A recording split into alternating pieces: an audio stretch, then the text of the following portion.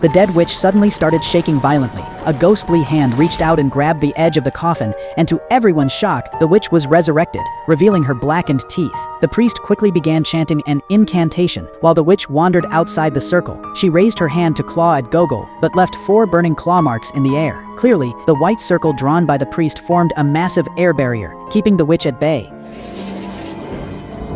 The witch's face twisted in agony, and she let out a piercing scream. Immediately, all the spirits around the village were summoned, rushing toward the church. The doors and windows of the church began to shake violently. Gogol accidentally stepped on a loose floorboard, causing a crack in the white circle on the ground. In an instant, countless spirits surged into the church, filling it completely. The witch seized the opportunity to grab the priest. Gogol tried to catch him, but his wooden hand fell off. In a panic, Gogol grabbed the priest's Bible and continued chanting the incantation. Just then, the church doors suddenly burst open. The wooden boards collapsed, the beams snapped, and everything fell into an eerie silence. White smoke began to pour out from the black hole behind the door, and then a loud roar erupted, shattering the roof's glass. Lightning flashed, and crows circled in the air. A massive demon appeared outside the church. At that moment, countless black vines started pouring out from the black hole behind the door, quickly covering the walls and the white circle barrier. The vines, resembling eyelashes, suddenly lifted, and a huge burning eye appeared behind the door.